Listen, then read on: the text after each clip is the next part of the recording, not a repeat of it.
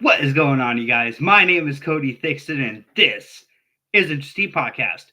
Coming to you guys on March 21st, 2024 for episode 89, where today we have a very, very special guest. Make sure to hit that like, subscribe button, ring that notification bell so you guys get notified whenever I upload content. Make sure to go and follow me on social media at CodyT503. That's Twitter, Instagram, and TikTok. Let's get right into this. And now, ladies and gentlemen, it is an absolute pleasure to bring to you guys Joey Thorton. Hello, thank you for having me. How's it going, man? Oh, it's going great. That is awesome. Well, thank you so very much for actually joining me here tonight. It's going to be awesome. I can't wait. I'm very excited. All right. Well, if you could actually introduce your name to everybody, or how old you are and how long you've been in pro wrestling. Absolutely. My name's Joey Thornton. I just turned 20 on Sunday, and I've been training in pro wrestling since I was 17, so almost 3 years, 2.5 years. I've been kind of working shows and wrestling on shows for a little over a year now. That is so interesting. So, like, you actually really got into professional wrestling before you even reached the age of 18. Like, how does that feel to kind of look back on and look at? It's pretty weird. Especially given when, so my dad had to sign the waiver for me, and when I turned 18, I'm like, it was like a weird thing, so I had to go back and re-sign the waiver just in case, because there was like a weird technical thing about it. Yeah, starting at 17, like you hear about a lot of wrestlers who start before they're 18, and for me, I was like, oh yeah, that makes total sense. If anything, I'm starting late. And then I have everyone else, like there's very few people who are actually my age, even at the school, but in wrestling in general. So I kind of forget that I'm as young as I am sometimes. Sometimes I feel like I started late and I'm behind the curve. Interesting. So like when did you actually begin watching professional wrestling? Can you kind of take us back to that time a little bit? Yes, I can tell you the exact pay-per-view. I don't know if this is when I started. This is the first one I remember. 2008 St. Valentine's Day Massacre is the Elimination Chamber. And the first moment I remember was Undertaker choke slamming MVP off of the Elimination Chamber pod. And for whatever reason, I thought that was the coolest thing, and I loved The Undertaker. That is so awesome. So it's like did you have like major like inspirations like back then? Like I know you had just brought up like The Undertaker. Were there other superstars where you're like, man, like that would be amazing to be able to portray one day? Yeah, I mean, The Undertaker is the big one. I liked Kane. I kind of have like 3 different eras of me in pro wrestling and what I like in pro wrestling. Very small child Joey loved the supernatural gimmicks like the Boogeyman. Loved the Boogeyman. Still do. I still do. Kind of a weird little niche thing. The older I got, I fell out of love with wrestling. Came back around 2011 with CM Punk and Daniel Bryan. Not the pipe bomb. Took me a long time to see the pipe bomb. It was after CM Punk's match with John Cena at Money in the Bank. It was a random pay-per-view I don't remember who he was wrestling. I was like, huh, I liked him, I think, a while back. He was kind of the cool person to like at that point. I was just like, yeah, I want to be cool. I like CM Punk. I am very not cool. I'm suddenly realizing. That is. And then after that, it would be like Kurt Angle. Would be like that last era. And really, Kurt Angle was the one who was like, maybe I could do this. The whole winning the gold medal with a broken neck thing. I actually broke my neck twice before I left high school, doing amateur wrestling, which I did for 5 years. Interesting. That's Yeah. crazy. Damn. So like when you're actually going and portraying your character, which is something that we're definitely going to have to get into a little bit later, but like, is that something that you really carry with yourself? Is the Undertaker and Kurt Angle, or kind of that boogeyman kind of really over characteristic aspect? Actually, no. I'd have to say no. I think the people that I would carry with me more than anything are Bret Hart, Brian Pillman. I love Brian Pillman. His work as the loose cannon. I started watching like his late WCW stuff. So much more like I always, especially right now, I like the more kind of reserved characters. I'm not really sure why. I'm much more of a reserved guy. Not very loud, which is weird because when I'm in the ring, I'm always yelling. I'm always making noise. But yeah. So like, let's kind of start to talk about your first day going into training. So like, can you kind of like walk us through that whole first day where you were like, I want to actually go out and do this, and now I'm gonna take the steps to make that happen. Can you kind of walk us through that day a little bit? yeah. So during COVID, I was 16, and I'm thinking I'm watching a lot of wrestling because there's not a lot else for me to do, and I'm bored out of my mind. I can't do amateur wrestling anymore. My neck's really messed up, and I was playing football. I'd played football all my life. Might not be able to play football anymore. So my logical next step is, well, I could just do pro wrestling because no one has ever hurt their neck doing pro wrestling. Again, genius. Wonderful brain up there. So I start looking it up, and I see like there's a school down in Salem, but it's a bit too far for a 16-year-old to drive to, and more importantly, my mom wouldn't let me do it. And then moving forward, I turned 17, and Oregon Pro Wrestling opens up that summer, and I walk in, and the first coach I see is Flex. And the first thing he tells me is, you're too young. I have to talk to Ricky and Eddie, but if you come back with a parent that we can sign you up, we'd be happy to train you. And I go home, and I can't convince my mom to train me. I can't convince my mom to let me do it. Because all she's heard is the horror stories with people messing up their necks. And I'm like, no, but I'll be safe. I'll be safe. And I can't convince her. It just doesn't happen. And eventually, I convince my dad. And then I come back to her. I'm like, hey, I have to do this. And my mom kind of has this thing where if I sit her down and I'm like, hey, this has to happen. I need to do this. She'll go with me. But she also had the caveat, you get hurt once, you're out. Well, I got hurt a couple of times. I just never told her. So finally, I go to my first day of training, and I show up 30 minutes late, which is hilarious. I show up with my dad. He signs off the papers. And Ricky's not there. like Ricky's the head trainer of the school, but he just got back from Vegas, so he was exhausted and he was asleep. It was Eddie and Flex. And they're like, all right, well, you're a half hour late. Gotta catch up with everybody. Gotta go through all the squats and everything. So I'm sitting there and I'm watching everybody in the ring, and I'm just doing, I could do 200 squats.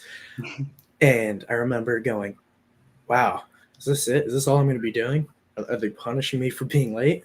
And no, everyone else did the squats, but I finally get in the ring, and I remember hitting the mat for the first time, and I think it was Flex. Flex looks at it and goes, not bad.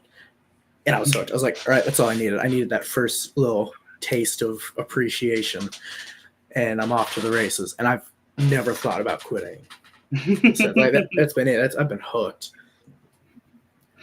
That is awesome. So it's like, how did it actually feel, like hitting the mat for the first time? Because I know, like, if you're not exactly perfect with it, you can kind of get your breath knocked out of you. So like, how did it feel actually hitting that mat for the first time? Weirdly enough,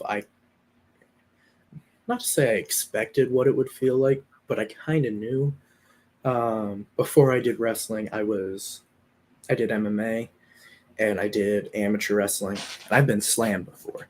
I was like, all right, I know what hitting the ground feels like. I hit the ring and it hurt. Don't get me wrong, it hurt, but it was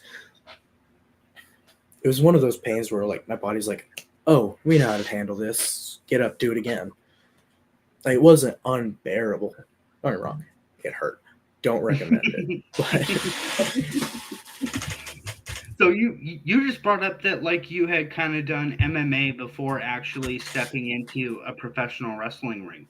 So it's like, how did that whole training kind of get you like a little bit more gauged on what the professional wrestler trainers would actually expect from you as a performer? I only did MMA for a year. It's a weird story. The school I went to, or I don't know, they're closed now. They had like 3 people who actually like were allowed to fight, and I just happened to be in a weight class that they really wanted. So I trained for a year. They threw me into 2 fights. They didn't expect anything out of me. They had zero they expected me to lose immediately. But I was the right weight. I already knew how to cut weight and like be in shape because I went straight from football and amateur wrestling. So they just threw me in. The first one I won because I was a better wrestler than the guy, and I was able to just hold on to him. The second one I technically won, but I should not have won that fight. This guy tore me apart. So I'm technically undefeated, but no, he should have won. Sorry, whatever your name is. So I walked in having no idea, and I knew that was weird. Even at 17, I'm like, I'm not that good. This is weird. This is not how this is supposed. You're supposed to train for minimum of a year before you get your first fight. I did it for like 7 months. Like, already I knew that was weird. I knew I wasn't ready, and they just kind of threw me in. With wrestling, it was way different. Like, I trained for a year and some change before there was even talks of me having my first match. And it was actually with Spencer from the school, Spencer Scott, which, thank God. It ended up being a very good first match, in my opinion. I couldn't watch it back today. I would hate it. But I'm going to live in the memory of, I think it's an okay first match. Interesting. So, like, can you kind of like walk us through how Ricky Gibson and Eddie Pearl kind of conduct themselves as far as trainers at Oregon Pro Wrestling School? Yeah. With my athletic background, I've had a lot of coaches. Ricky Gibson is an excellent coach. He's very patient, very patient. He is really good at explaining things, taking things slow, walking you through things, but he also knows sometimes you got to throw people in the deep end. You got to force them to figure it out on their own. Ricky Gibson is an excellent coach. Eddie Pearl has very high expectations of what wrestling should be. And it's to the point where I don't think even he could meet them. Which, I mean, you got to have the coach who has like the unrealistic expectations, because even if you don't make him, if you can get close, you're a good wrestler. But yeah, Ricky, very patient, very forgiving coach.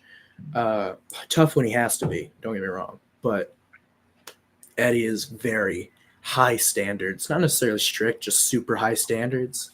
So is Ricky, but they go about it differently, I guess.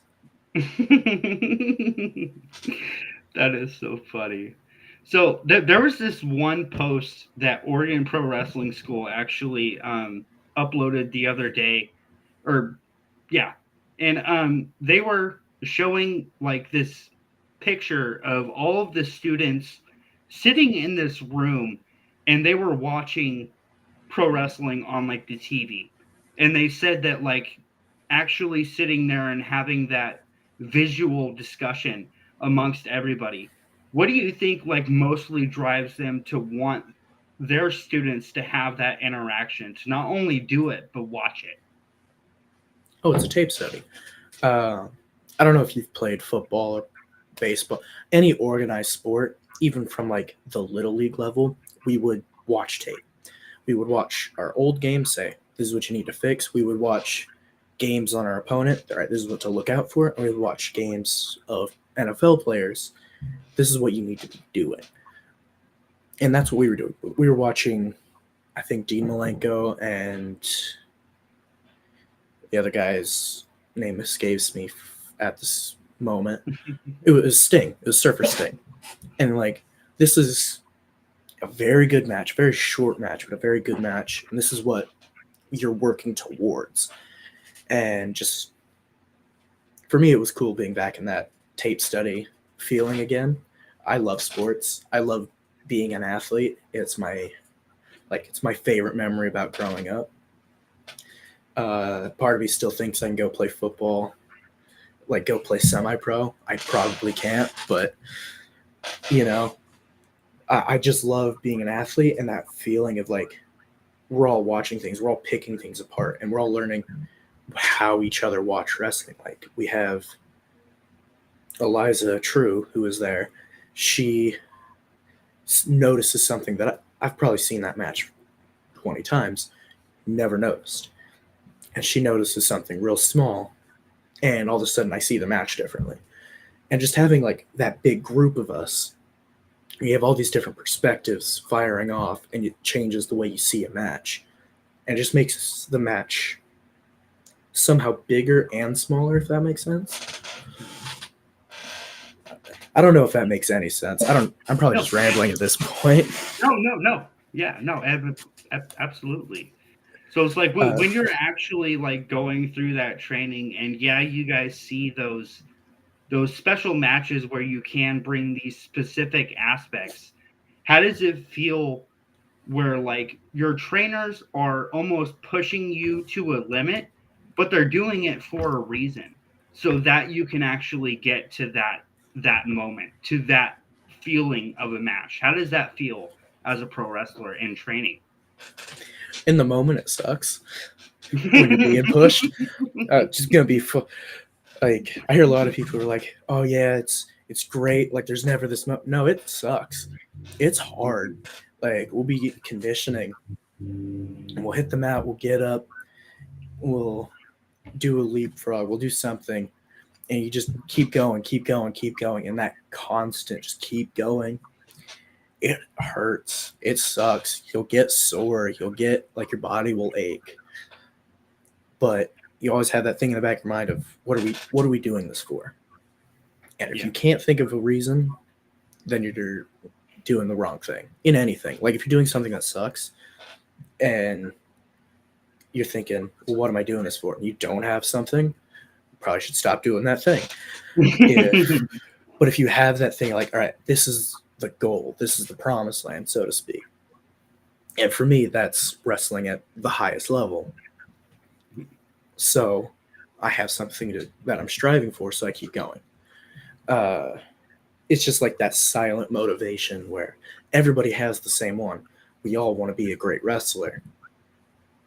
So you just keep going. You just keep moving forward. You keep doing the drill. You keep hitting the mat. You keep getting up, turning around, doing whatever. It's just like that, like group urge to keep moving forward. Yeah. So like, can you kind of like walk us through like maybe one conversation that you had with a veteran where like you guys were just like so in sync, like you guys understood, or maybe you understood exactly where he was coming from and giving you the best advice? Can you kind of like walk us through one of those conversations? Yeah, I'm gonna have to think about that for a quick second. Uh, I mean, I guess something that Fale's son, Bad Luck Fale, told me when I trained with him, one of the very few conversations we really had together that I remember was, if you can't believe what you're doing, nobody can. And it's kind of like, if you're just going through the motions, then nobody's going to care. Like you can see in boxing when like Jake Paul right now, I'm a boxing nerd. I'm a big combat sports nerd. I always have been. Like nobody cares because he's going through the motions. He's not having these big fights. And again, like when he started, everybody cared because he was fighting, but he's not fighting anyone with any standing. He's fighting people who are way past their prime, who have no real name value. So nobody cares. And everyone knows what he's doing. Nobody thinks, oh, maybe Jake's not going to win this one. No, he picked his opponents so he could win. And not even Jake believes that he's a boxer at this point. Like he said in interviews, I'm not a real boxer. Like he's said it himself. And if Jake doesn't believe it, of course nobody else believes it. Yeah. So if you can believe, not necessarily believe your own hype, but if you can believe what you're presenting, like what you're doing is real and you genuinely believe it, then it's so much easier for everyone else to believe that. Like if I can walk into a crowd, and even if I can make one little kid believe I'm scary or I'm crazy or something, then it's so much easier for everyone else to. Which is something that I've had a lot of vets tell me very similar advice. I know Flex has told me some very similar advice. But Foley was kind of the first name that I thought of when I think of that advice. Yeah. Yeah. So like, do you think that is maybe something that the Pacific Northwest is maybe lacking in certain superstars, is maybe their inability to just really like portray that in a sense, like, you know? Yes and no. I know there's quite a few superstars in the Northwest that do believe what they're selling, and you can tell. Like Amira, she believes what she's doing, and she's very popular because of it. She's very successful. Caden Cassidy is another one. Believes what he's doing. Makes it easy to believe what he's presenting.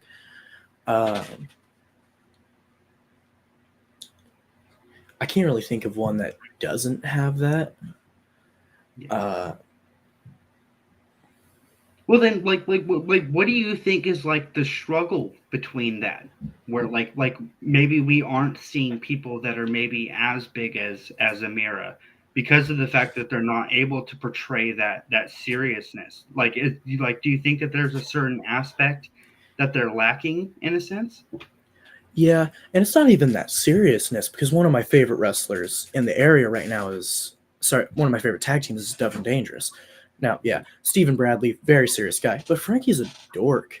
And if you can see it in his wrestling, but that's just who he is. Like, I'm very good friends with the guy, and Like he'll do a cool move and he'll go, and his like eyes are budging out, and he's looking around. And it's just infectious, and because that's who he actually is, and he believes in himself, and he's getting excited. He's like, "Look, I did a cool thing." It's so easy for everyone else to do it. And I've seen him try to like get serious, and it doesn't always work because like I love Frankie, but he's not the most serious guy. He's a dork, and that's okay. Like it's fine to be a dork. And sometimes you got to embrace what you are. Now don't get me wrong, Frankie can be serious. Like there's this promotion, Reactivate, out in Richland, where he does some of the best stuff I've ever seen, and it's very serious, but it's also kind of goofy. Like Frankie's doing his best stuff when he's kind of a goofy guy, and it makes him so much more believable and so much easier to get behind because of that. Yeah, here's a question. So like you have like really big hair, you know, and like Yes. that kind of like works to your advantage because it's so like noticeable, you know, like it actually like differentiates you between everybody else. But how Yeah. does it also help you in the ring whenever you're reacting to a punch where instead of somebody who doesn't have hair, like they have to really react, but with your motion and how your hair will react to your head movement, it actually benefits you whenever you're trying to sell a move. How does that feel?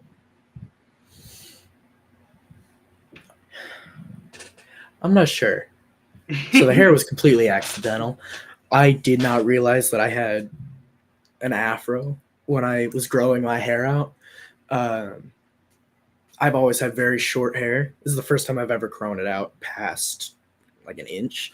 So when I started growing it out, I was in New Zealand, and in my first show that I wrestled for New Japan Tamashi in New Zealand under the Fale Dojo, the whole match I was selling. And I remember specifically taking a shot, whipping my head back, and stumbling back. And my hair kind of fell in my face a little bit. And I remember looking up, and like just that motion of brushing my hair out of my face brought attention to me that wasn't there before. And people reacted differently because of it. Like, I'm sure if you ask any wrestler with long hair, the motion that it creates and the still images, it's starting to bug me. The still images it makes, like some of my favorite pictures of me wrestling is me taking like a kick to the head because my hair is like completely standing up, and it makes this like incredible motion that you don't always see when people like Ricky Gibson or even like Eddie, because he kind of has the shorter hair right now. When they take that, let's say they take that super kick, there's not that like extra motion where when I take it, not to say it looks bigger, but there's that extra like whip to it.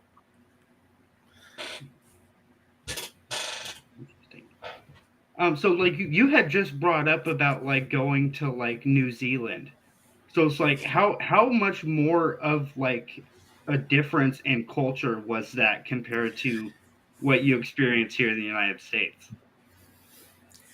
There really wasn't much of a culture shock. That might just being an idiot American.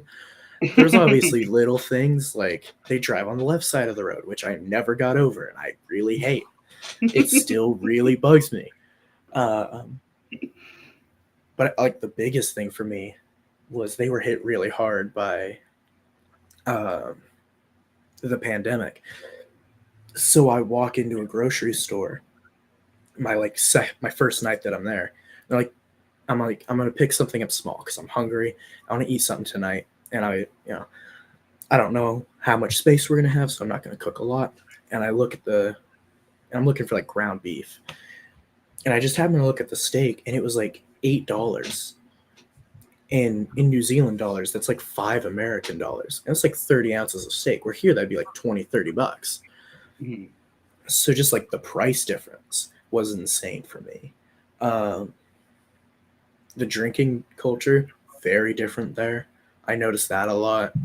Um, like just like little things where it was obvious I wasn't in America anymore, but also for some reason the North Island of New Zealand, very similar like climate to the Pacific Northwest. It rains a lot of wind. Almost every day was cloudy.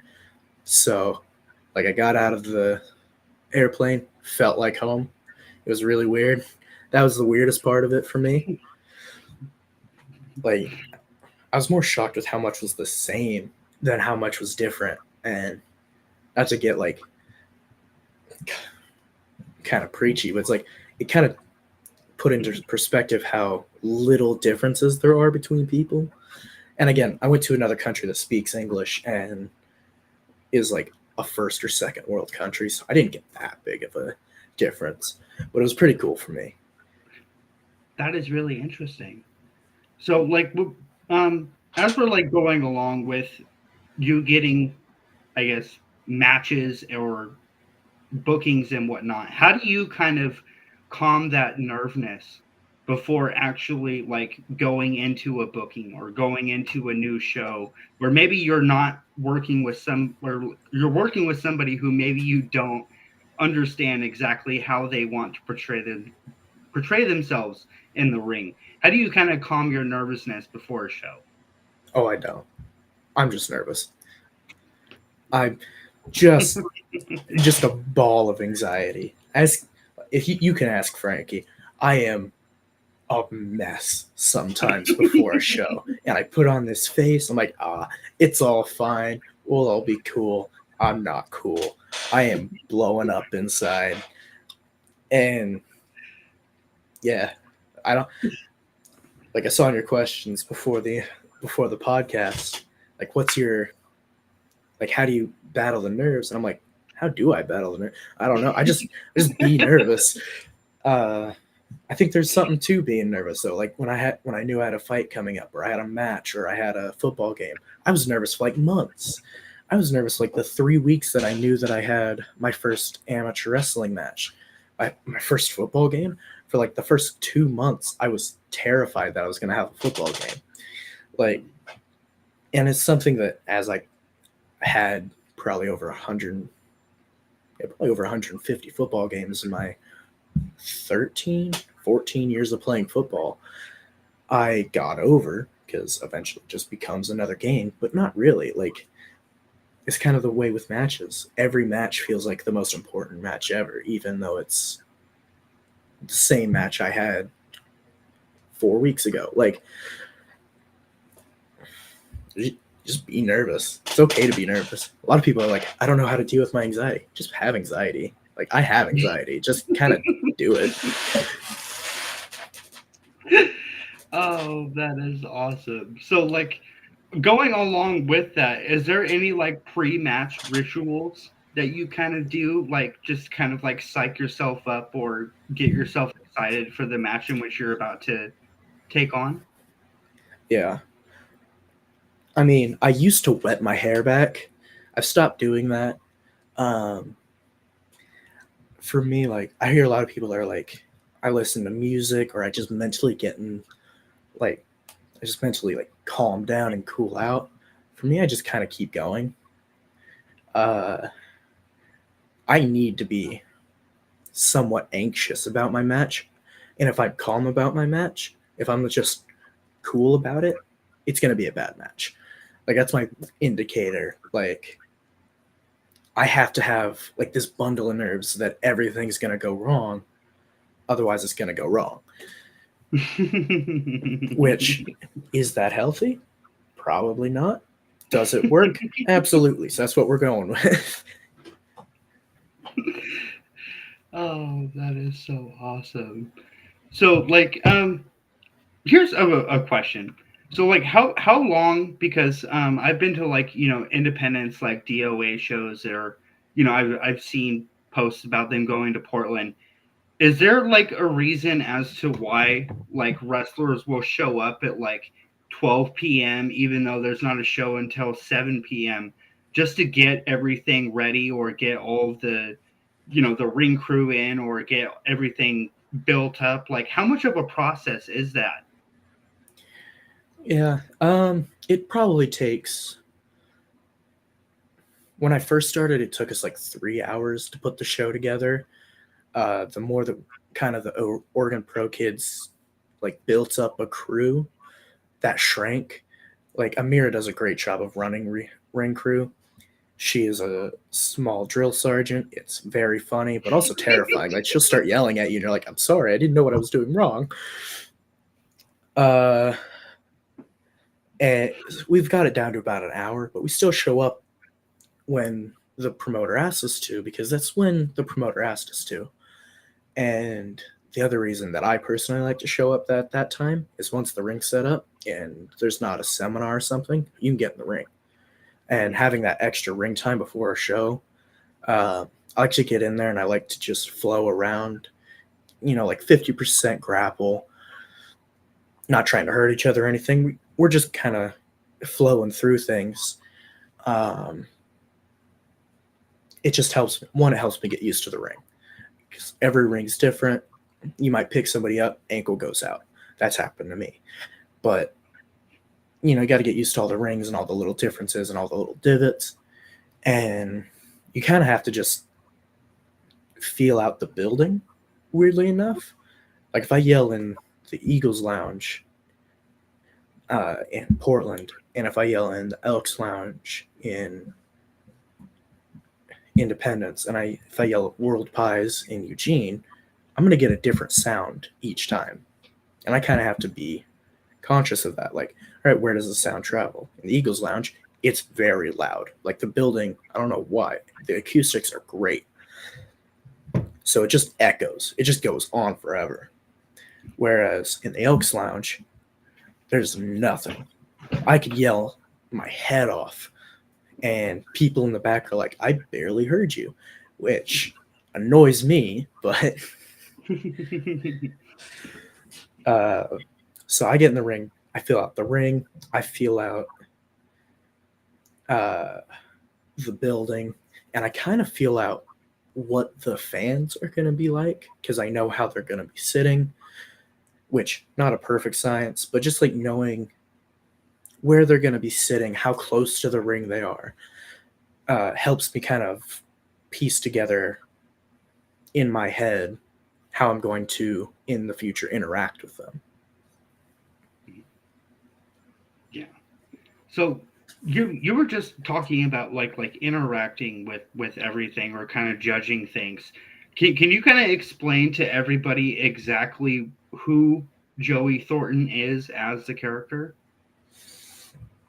Joey Thornton's a fighter. That's it. I explained it to somebody once, and this kind of is a little weird for me to explain, but Joey worships combat. He studies it meticulously. It is everything to him. He loves to fight, which, yeah, I love to fight. I love fighting. Joey just embodies this drive to be the best fighter because he just loves fighting. Like, think of Conor McGregor. Like he's like, I know I'm the best. Joey wants to be that. Like he wants everyone to think he's the best. And so he studies it. He worships it. Has this gotten me into a bit of a weird headspace? Maybe, but I genuinely love combat sports. Jiu-jitsu. I've been trying to find a jiu-jitsu gym for a long time. I love jiu-jitsu. I love judo. I love wrestling. All types of wrestling, whether it be Greco-Roman, whether it be amateur, whether it be freestyle, whether it be collegiate. I love wrestling. Not enough to do it again. I'll never do it again, but I love watching it. I love MMA. Lesser than like boxing or wrestling. I don't know why. I like pure combat. I don't like when combat's mixed, but I still like MMA. I still watch UFC.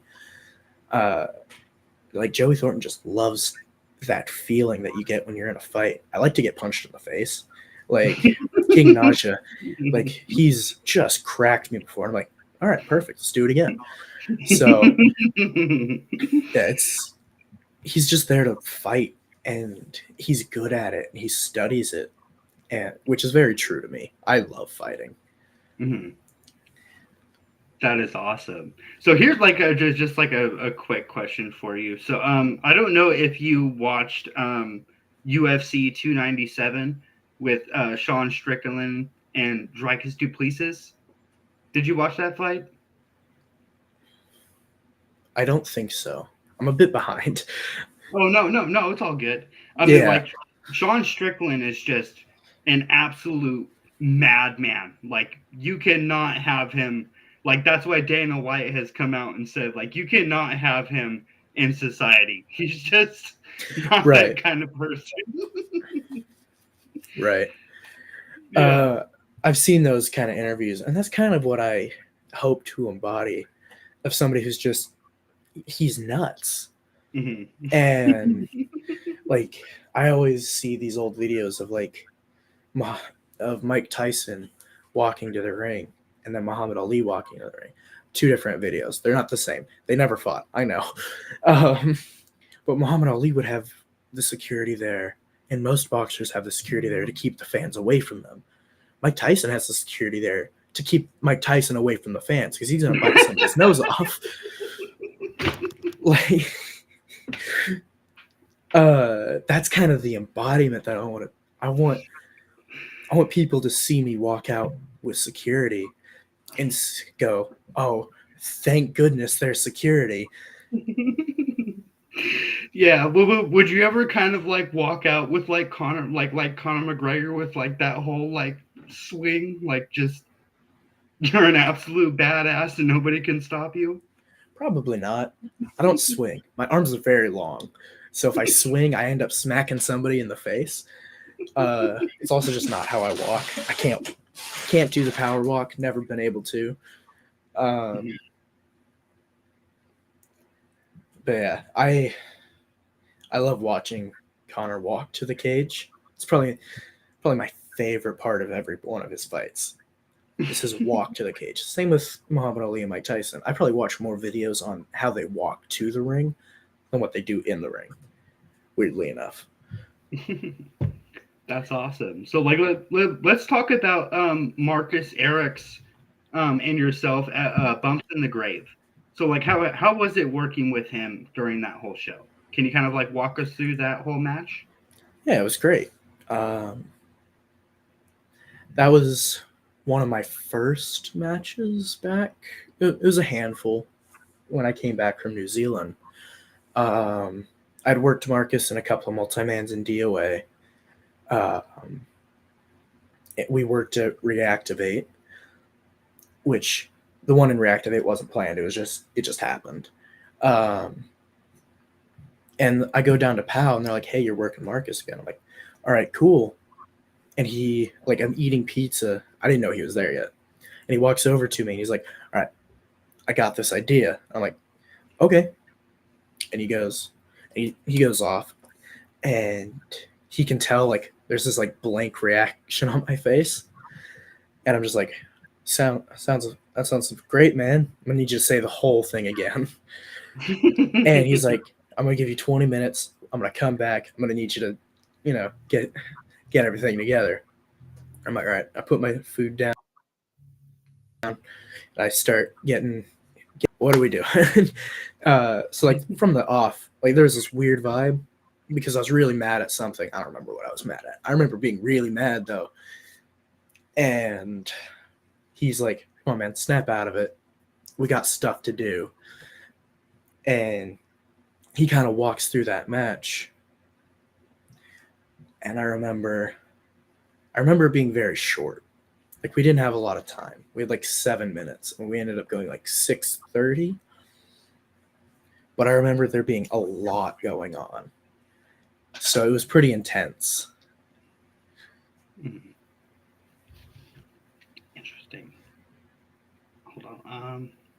So like, was he like? Where would you kind of rank everybody as far as like your favorite wrestlers to not only coordinate but wrestle? Interesting. Vinny Pacifico would be in the top 5. I worked him once in Independence. Derek Shaw. We have great chemistry. That one's a bit of a rough one because we both have like the Fale Dojo thing, but he is my senior, so I kind of have to pay him the dues, which is annoying. Marcus Erics would be kind of up there in that, like, great chemistry. Loved working with him. But there's always this weird vibe of like different styles when it comes to wrestling. Mm-hmm. But in the ring, I thought it ended up matching up great. So Yeah. I was always very happy with working with Marcus. Yeah. Here's I'd say a really interesting question. So like, what do you like? How would you put in your own words what makes chemistry in the ring? Like what brings you to be like, no, we have chemistry because we can do such and such? How would you list that off as a professional wrestler? when I don't panic, which is very subjective. But I had a match with Nathan Fox at Reactivate, and quite a bit went wrong. Not anyone's fault, just, stuff goes wrong.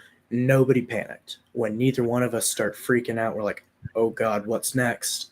And we can just keep going. We have chemistry. Me and Derek, there's been several occasions where stuff goes wrong. We don't panic. We just keep going forward. Stuff went wrong with Vinny Pacifico. Gonna be honest, panicked a little bit. I would say me and Vinny don't quite have that chemistry yet, but we've only worked once, and we've only really met that one time. So that was a little different. But yeah, like Marcus, we have a good bond now. We have a good friendship now. So that, like, that chemistry there just comes from like this understanding of how we think about wrestling. So there's that, kind of that intrinsic trust that he knows I'm not going to panic, and I know he's not going to panic, so we can just keep going. Like, that's my thing. If we can get through something without panicking, when it hits the fan and no one freaks out, that's chemistry. Yeah. Yeah. So it's like, can you kind of like walk us through how it feels to kind of come up with like new ideas or new move sets or something that you want to do in a match, and kind of coordinating with all of these different wrestlers and kind of not only allowing them to do what they need to do in the ring, but you also giving your input on what you want to portray in the ring so that you can get the best foot forward as far as your storyline is concerned. How does that kind of coordinating with all of these different wrestlers? Interesting. I don't know. I don't know what that's like. I don't have a set move set by any means, but for me, it's very easy to just plug and place. Like, I'm not worried about where I'm going to put anything.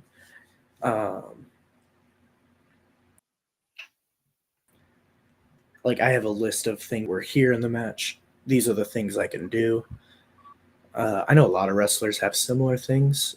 That's not too crazy, but just kind of like working with other wrestlers is interesting. Mm-hmm.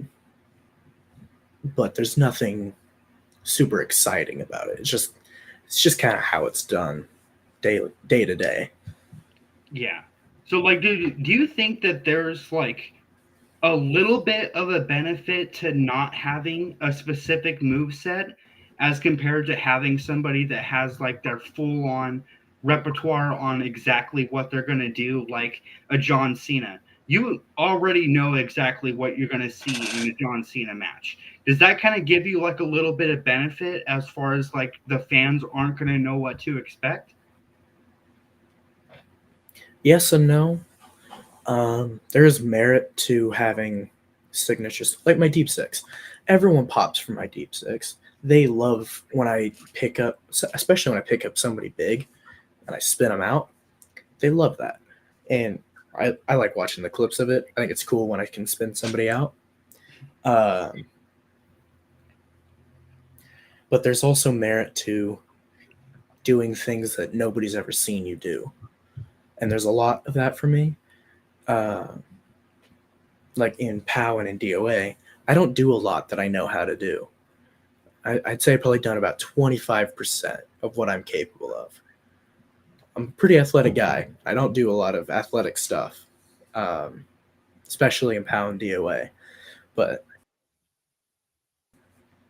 it takes it like there's that level of like self-control of there's a time and place. Yeah. So like what can we actually expect from the future of you? Like where do you actually want to take your whole career? Where do you see yourself in a few years? In a few years, not sure. I would love to work for WWE. Obviously, I want to go to NXT. I feel like that's where I'll grow the most. Mm-hmm. But I feel like that's everybody's kind of goal. If I could be really specific, I want to work for New Japan. I'd love to work for Tamashi specifically. Bad Luck Fale's kind of version of New Japan. I'd love to go back and work with Fale, but I'd like to do it on this continent, or at least this part of the world. It doesn't have to necessarily be North America, because I know New Japan Strong is in North America. I'd love to work for New Japan Strong if they'd be willing to have me.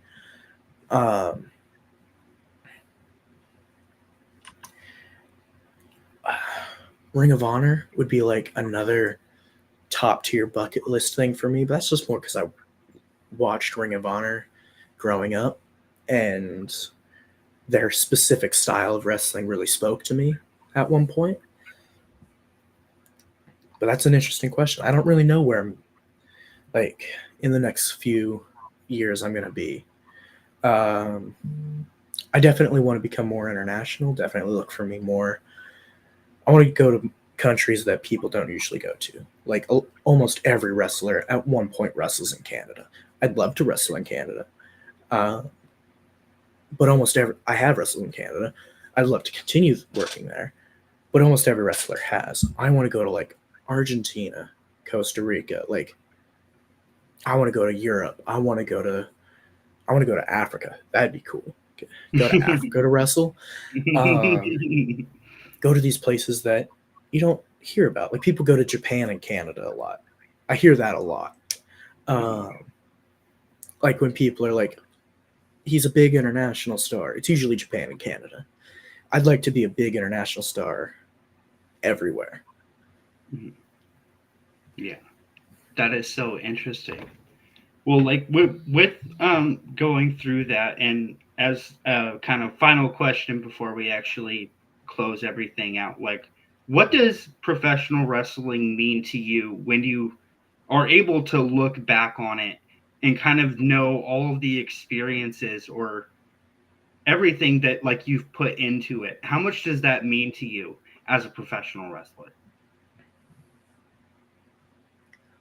Professional wrestling is an art form.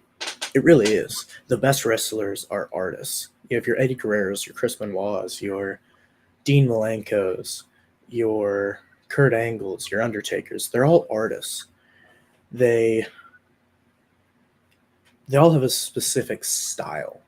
Like if I said, think of an Undertaker moment, everyone kind of has the few that come to mind. Very few of them are in the ring. Mine is, but, you know, whenever I think of The Undertaker, I think of him diving out at Shawn Michaels and nearly dying. Mostly because that was one of the first WrestleManias I watched live, and I was a really little kid, and it scared me. If you think of a Kurt Angle thing, you think of him locking in the ankle lock or the angle slam. Like, you think of certain aspects from each wrestler. And what I want from people who remember me by isn't necessarily